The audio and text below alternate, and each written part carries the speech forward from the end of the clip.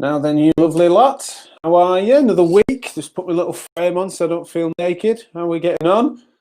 Really looking forward to getting stuck into this week's set of episodes, but particularly this one. So many questions that you guys have been firing in about what to do in this state of chaos. And one of the big things is, what are the, especially for clinic owners or people that are working on their own businesses and the massive disruption that's been.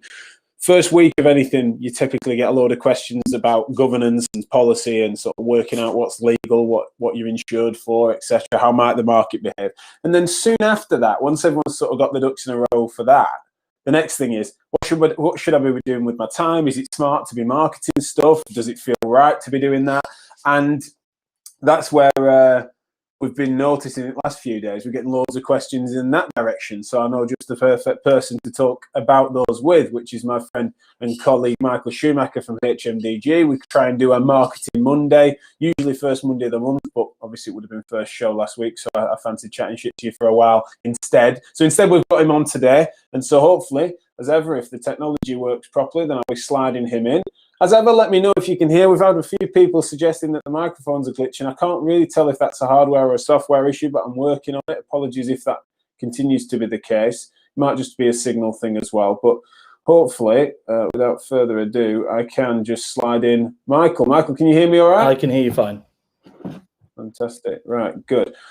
So we shall get stuck in then, if you don't mind, mate, on these key questions that have been coming in from the listeners. Actually, just before we do, just to remind people who you are and what you do in terms of your speciality. Yeah, so I always start off by saying I'm not clinical. We have clinicians in our company, but I myself am not clinical, although I could pass for one after all these years of working with physios and osteos and chiros.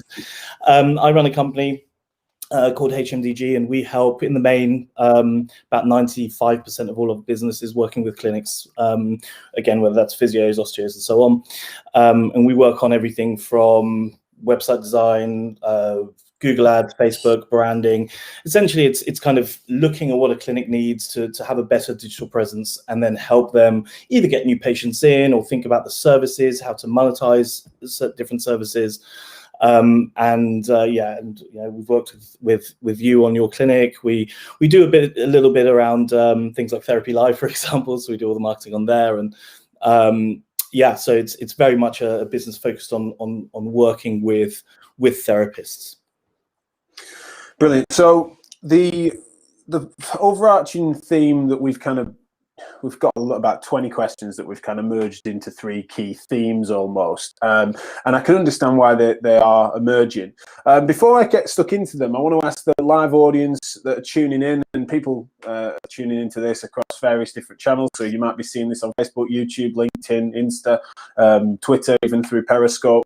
And so wherever you are, you should have a comments feature, and it all gets centralized, and so we should reach it. So if you have any questions for Michael, get them in. We'll make sure we visit them by the end, or it will inform our future chats. But the big one really that starts us off is what people should prioritize at this complex time? Like what would be smart use of their time?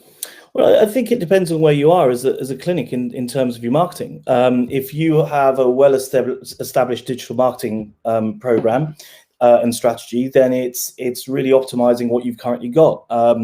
If you're running Google Ads and you're running them properly, so that's the first thing. Let's say you're running Google Ads. When's the last time you looked at the text on those ads? When's the last time you looked at the landing pages, if you have them, that you're sending people to? Have you thought about the actual message of the Google Ads and how that fits in with your clinic now? Because I know a lot of our customers that have come to us, they've had the same text and the same kind of messaging for the last 3 or 4 years, and things have changed. So are you running tracking properly? Are you really tracking all of your ads? Have you got goals in analytics and Google Tag Manager? Are you tracking appointments and phone calls and all of that good stuff? I think there's a lot of optimization that can take place. If you already have a website and you feel that it's really good, have you really looked at that? In terms of a lot of content, and you were the same, Jack. A lot of that content was 3-4 years old. So how do we modernize that? How does that now fit in with the clinic as it is now? And so I think that's definitely important to think about. Facebook and social media, it might be worth just doing an audit against that, looking at what posts resonate with people, what posts don't resonate with people, and that'll give you a bit of insight into what you're doing and what you should be doing going forward. I think, you know, a lot of this stuff you just don't do because you haven't got time. Now, it's interesting because I was just talking to someone. There's a lot of clinics now that are busier than ever for all sorts of reasons. So maybe you still don't have the time to do those things. But if you do have that time, definitely look at that. If you don't have a digital strategy in place, then think about what you want to do and how you want to communicate. It's no good. You know, I'm famously against doing social media for most clinics. It's no good just saying my digital strategy is I've got a Facebook page and Instagram and I post the odd picture.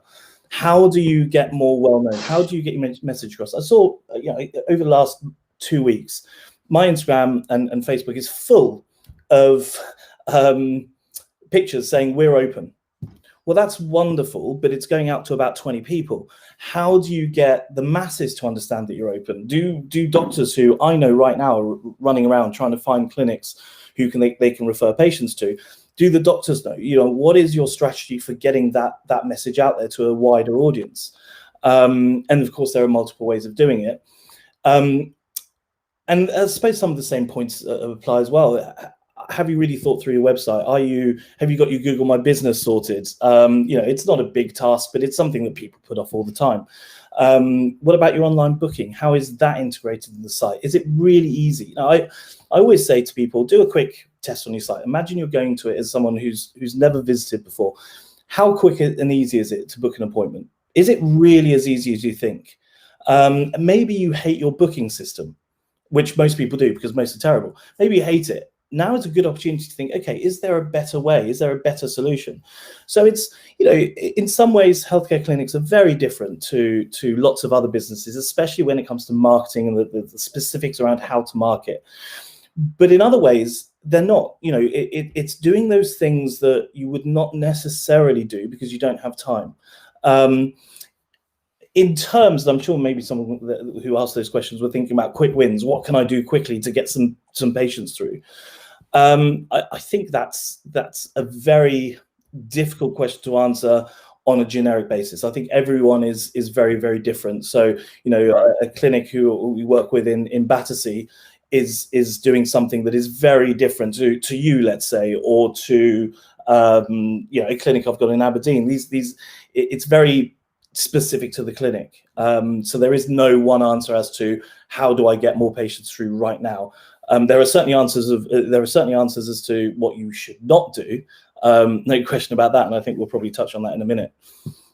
Yeah, I think so. I'd like to, but before we do, I think what seems relevant there in terms of my interpretation of the question as well is that it really is the classic "it depends" answer, because it really is so variable at the moment as to what position people are in, depending on where their clinic is geographically. You know, you've got London city clinics that are recognising their drop-off is certainly not because of lack of marketing. It's because of a lack of captive audience to the fact that people aren't necessarily commuting into the city like they were. Whereas you've got the fact that the practices where they happen to live in the home counties, that they're not necessarily commuting. They can't handle the traffic. And so then, but that doesn't necessarily mean that those clinics should then cease all marketing and know that gravy train is going to continue indefinitely. They might still be smart for them to actually pay attention in a different way. So it really is a individualized response. And I feel like I've been frustrated about people suggesting or inferring that there's a cookie cutter approach to pandemic marketing. And it's like, well, no, it really is dependent on your circumstance, and also the youth of the clinic as well has made a difference. I've been open in this show and elsewhere about the fact that fairly new practice that we custom built that hasn't got necessarily a base of prior custom that you can then lean on for repeat. You still need to try and generate new business, whereas there are others that are not needing to do that because they've got that returning custom. Interested. Yeah, I just saw a question come in about mailing lists. So the reason, can I answer that quickly? The reason I don't talk about mailing lists is, and I should talk about them more. I don't talk about them that much because I almost feel like it's a given. If you have a mailing list, you should be using it. You should not be overusing it, and you should be growing it. Now, there is a fine line between a funnel, which I fundamentally believe is a waste of time and a complete nonsense in healthcare. I won't go into why, maybe that's another show. There's a big difference between that and building a mailing list in a slightly different way. You should try and grow your mailing list without question. You should also segment it. That's one of the most important things. If someone's a post-op patient, they need to be segmented as a post-op patient. If they're a sports massage, if they're a whatever it is that you know, a chiropodist patient, they need to be segmented. You need to segment them by male, female. I very rarely come across clinics, even with a good database, that segment their data properly. And I'll give you a really good example of this. This was a while back, pre-COVID, but I had a clinic who did do all that segmentation, and they made an absolute fortune in the run-up to Father's Day and Mother's Day with an offer, you know, treat your dad too. And it went incredibly well, but they were only able to do that because they had segmented that list. So segmentation is important. Don't send the same email to everybody, because it's just, you know, if you have someone who's 60 years old and got a dodgy hip versus someone who's, you know, coming with a hamstring injury a year ago, obviously the messaging should be very different. I would certainly, you know, if you want to get really technical about things, yes, you should be doing some retargeting off your mail list. So as an example, what we might do, if someone hits our website, we capture their data, we send out an email on our monthly email, and they click on social media ads or social media help. The next time they hit Facebook and Instagram, they see a nice ad that says, hey, we can talk to you about social media, give us a shout, we'll have book a call, whatever the call to action is. So you can get very kind of go in depth with your mailing lists, but certainly use mailing lists. It's low hanging fruit. It's the simple way of getting patients through. Don't overuse it. An email every 3 days is not going to help you in the long term. You need to use it sensibly. I did see, or I know of one of these business woo-woo coaches who's, you know, selling £1,000 program at the moment, which is all about mailing lists and how to make more money. Well, you don't need to spend £1,000 getting that advice. Use your mailing list. Do it sensibly. Maybe we'll write. I might write an article or get one of the team to write an article on mailing lists. Actually, it's a good point. Certainly something I'll chalk up for the next time we have this show or other work that we've got planned, of course. On for those that haven't spotted it yet, I know it got promoted on the main Physio Matters feed yesterday, as well as on the Facebook groups. It kind of did the rounds, a bit more of a boost. Me and Rob Bevan have got the Therapy Business Matters podcast, in which we're going to get stuck into some of these topics, and certainly Michael's going to be central to that. What I want to just add on mailing list, that I'm realising that I said at the start of the show, that you get these waves of people asking a lot about questions on governance and policy and legality, and then it overlaps into what should I be doing with my time, marketing, generating, that sort of stuff. One area on a mailing list front that people naturally cross purposes on is that, of course, they've wanted to reach out to their customer base in whatever capacity, and an appropriate sort of almost like public service announcement that people might use their mailing list for in the early days of needing just to reassure people that they can still attend their booked appointments. You can understand why they do that. I suppose one of the things I just want to clarify with that is that it really, there's a positional difference sometimes for business owners, and I noticed it in myself, particularly pre-pandemic, but also since, is that sometimes you put something on a mailing list, and then you put something out on social media, and then psychologically you perceive yourself to have then reached the entirety of your customers. If you don't then spend the time to look at your open rates and then do a bit of an audit on your social media in terms of its interaction, and also look at the people that interact with you on social media compared to your prior customer base, and then try to marry that up where possible, then you're kidding yourself. Sometimes that psychologically that might be helpful for you, but you can't then, when people are ringing you up anyway, you can't then perceive yourself. You need to create several different mechanisms for reaching people, because people don't look at their open rates enough, and I think it really matters. I think actually that speaks to a wider thing around marketing, which is measurement. It's measuring everything. You know, you measure patients and you measure patients' progress. You should be doing the same with your marketing. And when you're running an email campaign, sure, look at those open rates. And if those open rates are low, why are they low? Why are there unengaged contacts? You probably find that some of them are 5 years old. And if they're 5 years old and they're not opening emails, don't send them. You know, and make sure you have a good, solid database. If someone doesn't open 3 emails from us, they go into another list. You know, I've got no interest in just sending emails to people for the sake of it. And then you're right, you picked up on something else, which is what is the strategy between your email list and your Facebook? Are there calls to action on your Facebook posts that drive people into your email list? Is it the other way around as well? If someone clicks on something, I mentioned that, if someone clicks on something, should they be getting an email, a retarget on Facebook, a sponsored retarget? Yeah, they should.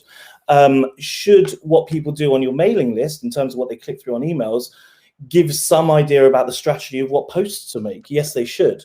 I mean, this is a huge answer, and we could, I could sit down with a client for half a day talking about all of this and building out. But again, you are right. It comes down to that individual clinic. You mentioned earlier about how clinics are different and whether you should continue marketing.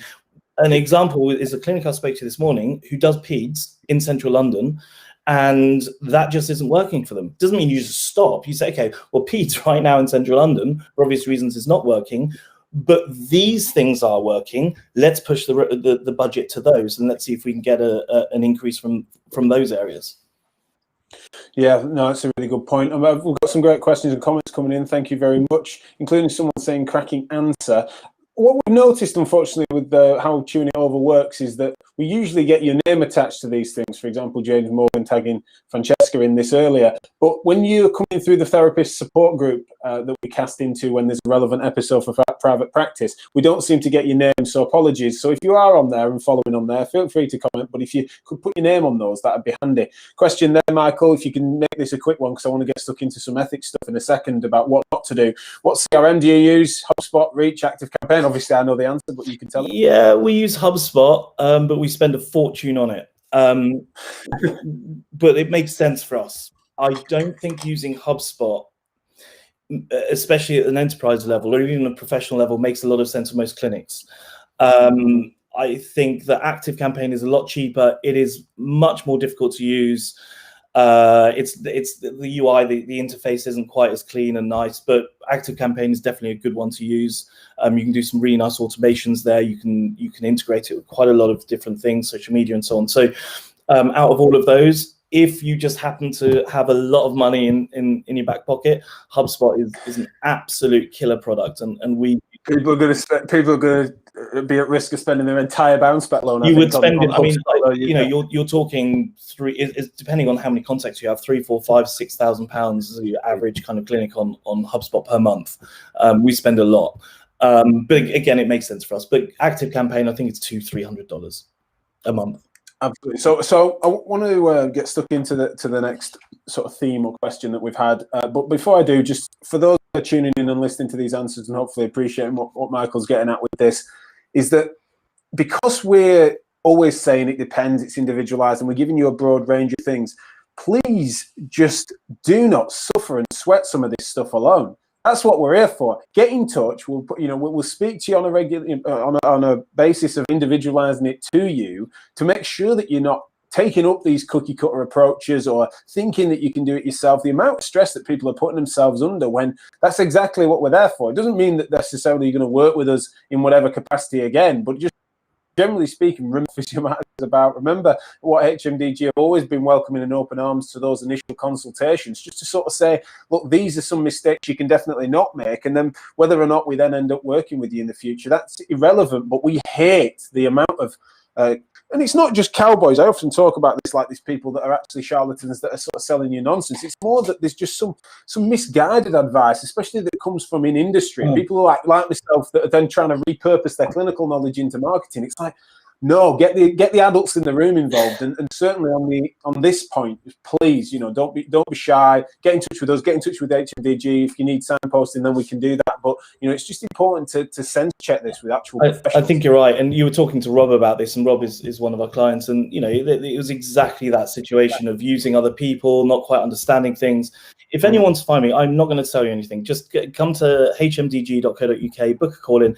Promise I'm not, it's not about selling you. I'm really happy to give advice out, or drop us an email or whatever. I think, at this point in where we are as an industry, I think we're happy to help out. It's what we did with Therapy Live, and it's something that I'm keen on doing. So get in touch. Exactly. it tickles me when I think back to when, obviously it's difficult because we've worked together so much over the last 12 months, haven't we? But if you think about when we first got in touch and stuff, and those that listen on a regular basis, not just to this show, but have seen some of our work, right? Just think how gingerly I flirted with paying anyone anything for this sort of stuff, and the standards that I held people to is that we, for an extended period of time, we did that, and trust me, we've been nothing but pleased with the work and output that's come through, and at no moment did it feel like we weren't getting incredible value. So please do get in touch with Michael and team, as well as, with us if you feel that when this crossover work of which we do together.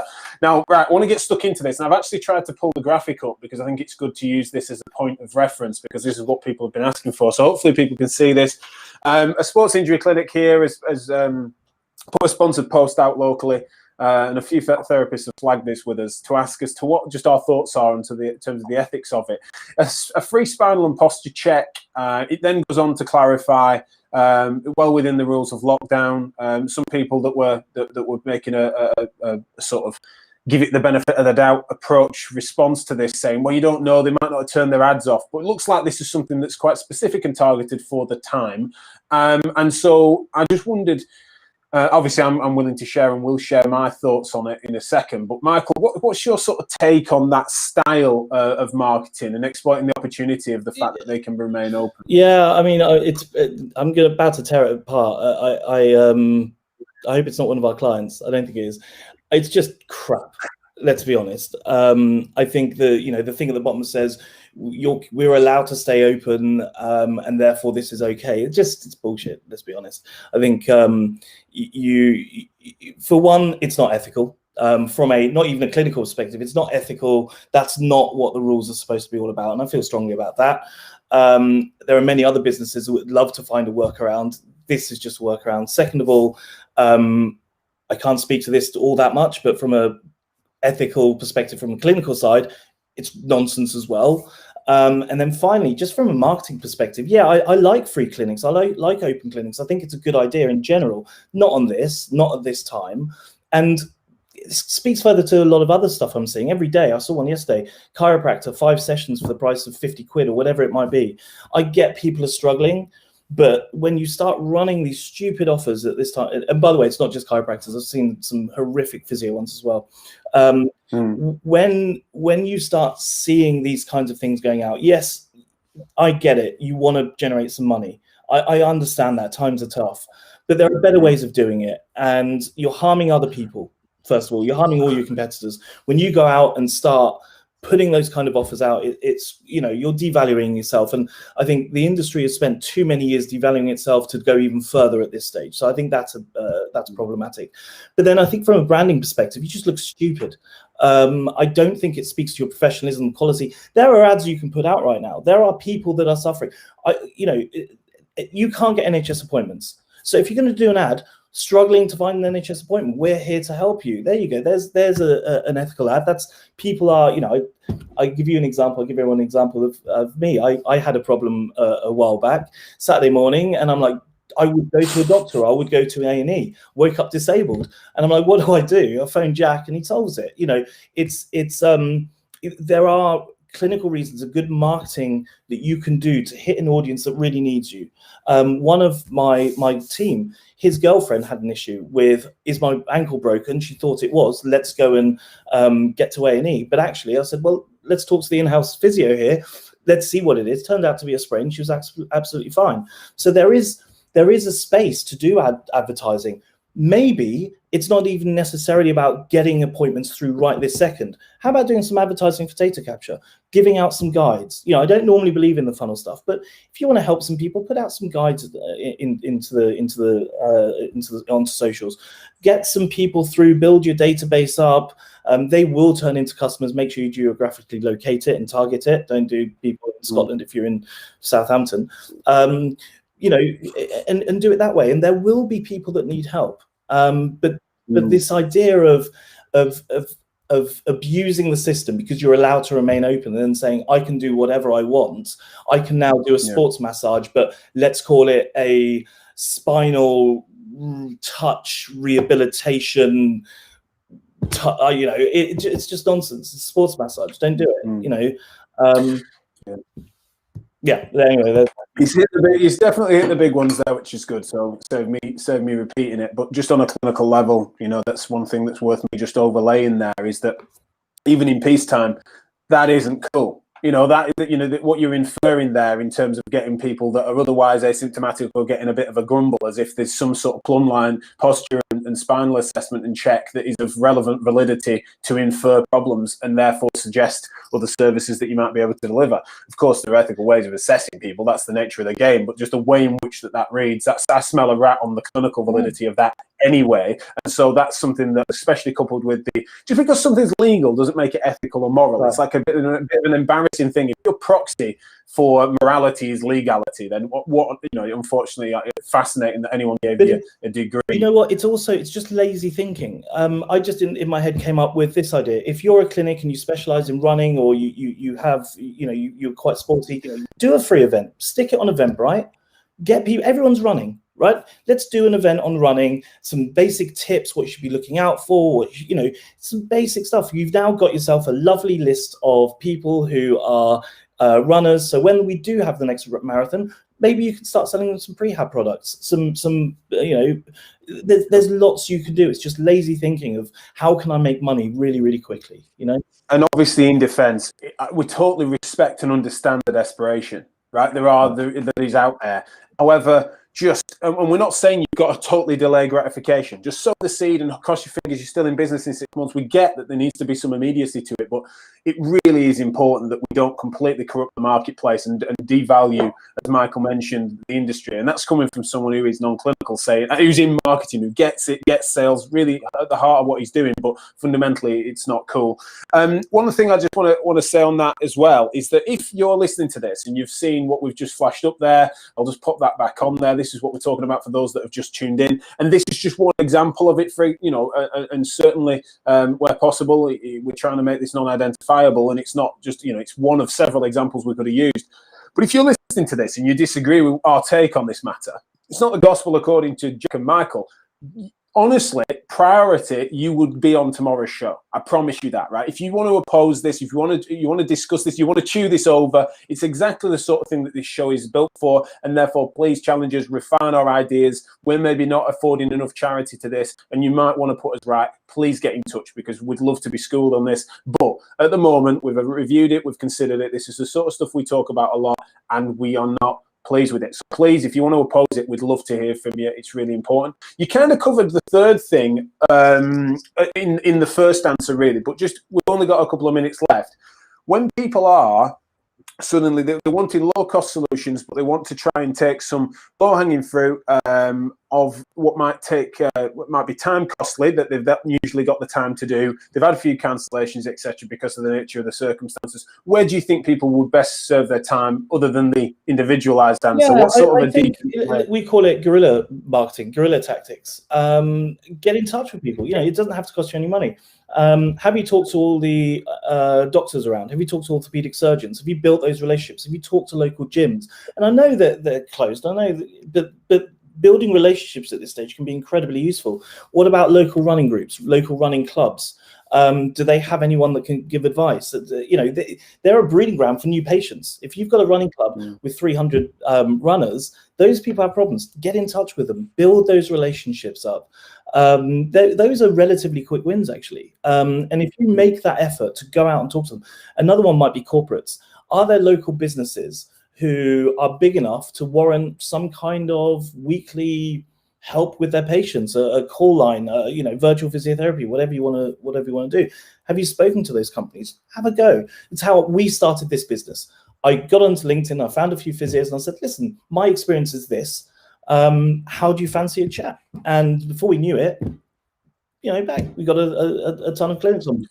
Before you knew it, you're on tuning it we over. Were on tuning over, and what you just never have realised it. Naming lights. Right, thanks, mate. Right. Really appreciate it as ever.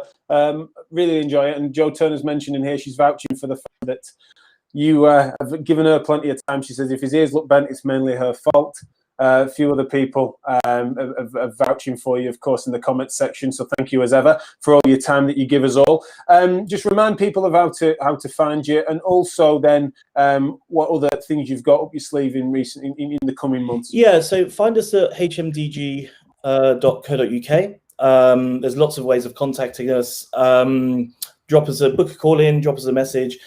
I'm actually interested because the comment earlier about mailing lists, I don't do enough on that. It would be interesting to get feedback. What do people want to hear? I'm more than happy to put on some free seminars and talks to discuss topics that maybe need a bit more, examining in a bit more depth. More than happy to give individual advice as well. But if you have ideas or thoughts on anything, happy to take those. Coming up, actually, I can't mention too much. I don't think, Jack. But there would be. I didn't want to blurt out a spoiler. So yeah, if you're being cautious, so let's leave it to this. I think that Done. We want those themes because that might help answer that question. Next time we're on, we'll have some news for you because we're trying to tease out those themes and trying to find out what it is that you guys are wanting, and that will help us to create products that will not just stop us going on air and saying it depends, it's individual every time. We recognise there are themes, and that mailing list question is a really good example. Thanks, James Morgan, for another one, which is a good one, which is that needing to find a physio. Anyone else having a problem recruiting? Yes, thousands are. And what my answer to that is, of course, that it's actually quite easy to find a physio, but it's bloody hard to find a good one. And obviously, I'm willing and stuck my neck out to try and define what that means. What is clinical excellence? What are you trying to strive for? What is medical ethics, which we've talked about in this show? And we're going to strive to solve that problem for you as soon as we can. And we want to speak to people like James to try and make that happen. So thanks so much for everyone that's commenting. Appreciate your time as ever, Michael. And we'll see you later on in the week for some great shows we've got lined up. So join us for tuning it over 12:30 every day. I've got a problem on Tuesdays at the moment with childcare, but I'm setting up a bit of an operating procedure, so you might have members of my team, maybe even Michael himself might guest host to tune it over if enough of your questions come in from this show. So really appreciate it, and we'll speak to you all soon. Cheers, guys.